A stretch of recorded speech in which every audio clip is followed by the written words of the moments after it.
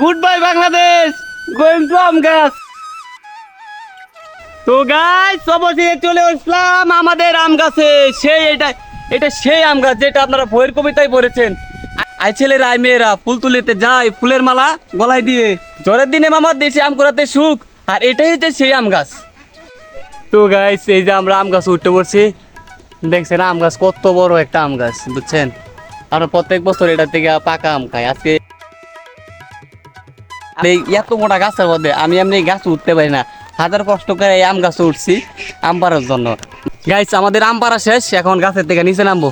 আর গাছের থেকে গাছ উঠছি বেলা তো ভাবছি উঠতেই পড়ছি, অন গাছের থেকে নামবাম কেমনা ওটাই চিন্তা করতেছি। মানে গাছ থেকে নামার ভাব হইতাছি না, মানে উঠতে পারছি এখন নামার কোনো ভাব হইতাছি না।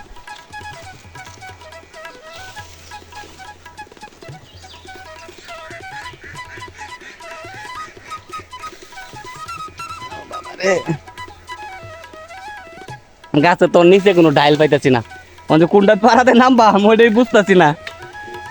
এই যে দেখেন গাছের নামার নামার কোনো ডাইল, নিচে কোনো ডাইল নাই। নাই পাখি গাছতে নামবাম কেমনে হন? লাভ ময়লা ধর।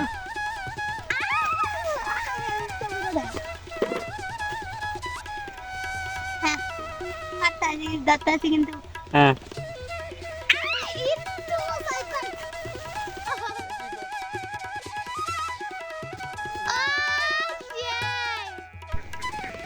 পাখি পায়ের মধ্যে পিট পাকা মারছে, পা ফুলে গেছে। ওই দেখে যে এই পাও কিরম, আর এই পাও বিষ মাদাল কাম মারছে। হ্যাঁ পুরোটা ফুলে গেছে। আম গাছ কি পিক মান তাহে কাম মারে। দেন গাই দিদি পাখি আম টুকাইতাছে, পাখির মামুর বাড়ির আম। পাখি সেই কবিতাটা কো, আচ্ছা কদি সেই কবিতাটা কো। গাইস আম পাড়া শেষ, এখন ভর্তা বানানির পালা।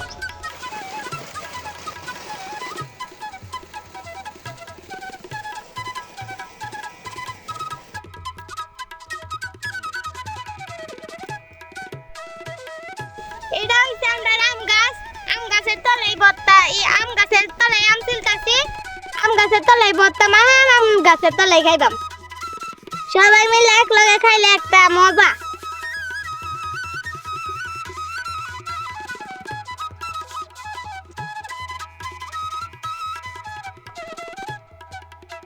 মিটিং দিয়া করলো না বেলা।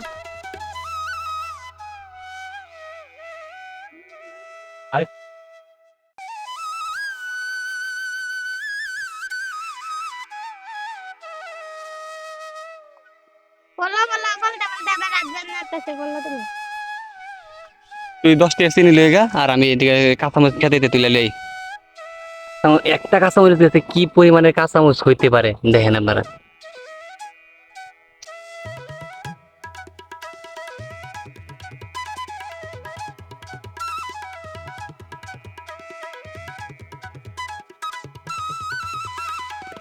শুকনা মরিচ, কাঁচামরিচ, লবণ, আম, পেঁয়াজ।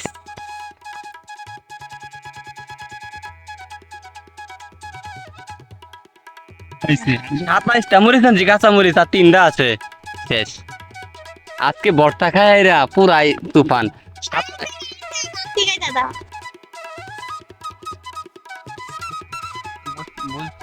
পর পরায় ভাঙে যাইতেছে না।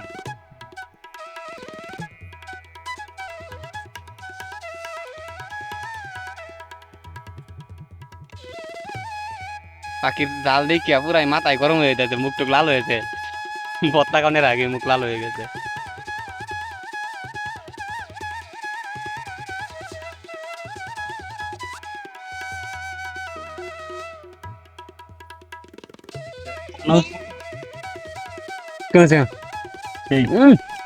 বাকি কর বাকি নিজের রসটা কাটা খাইবো আমি মনস্টার তেল দিলা দেখতে দাও।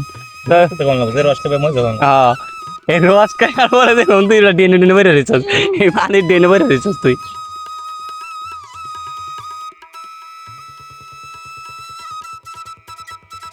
মাথা ঘুরাই